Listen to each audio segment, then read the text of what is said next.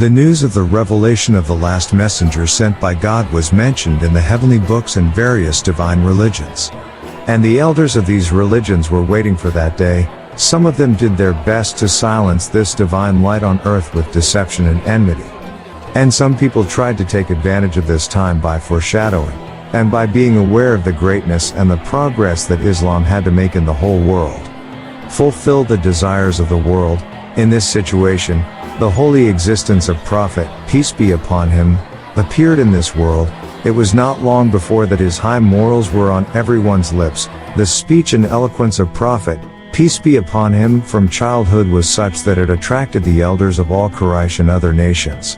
One of them was the Jewish people, that in the books of their forefathers, there was news of the rising of the sun like the holy Prophet on the sky of Mecca. The personality of the Prophet of Islam, who was only 7 years old, attracted the attention of all of them. Do you believe him? Not completely. But Muhammad's character is very different. Such good character is worthy of divine servants, like those who are to be sent to guide mankind.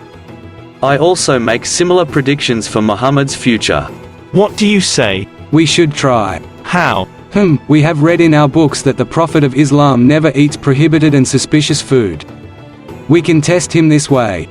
Yes, and the Jews decided to test the Prophet, peace be upon him. They steal a chicken and give it as a gift to Abu Talib so that everyone could eat from it.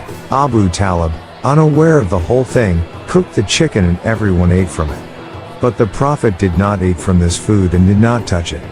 When asked why, he said, "Because this food was from prohibited wealth, and God saves me from that." This process aroused the curiosity of the Jews. What did you say? Muhammad is not an ordinary person. No, that's not enough. Test him again in another way. Yeah, that sounds pretty crap to me. Looks not satisfactory for me either.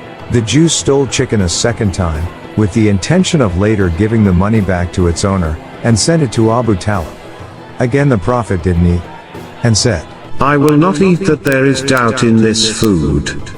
And my Lord has protected me." With this the many Jews bowed their heads in reverence before the greatness of the Prophet and said, This young man has a very high position and status.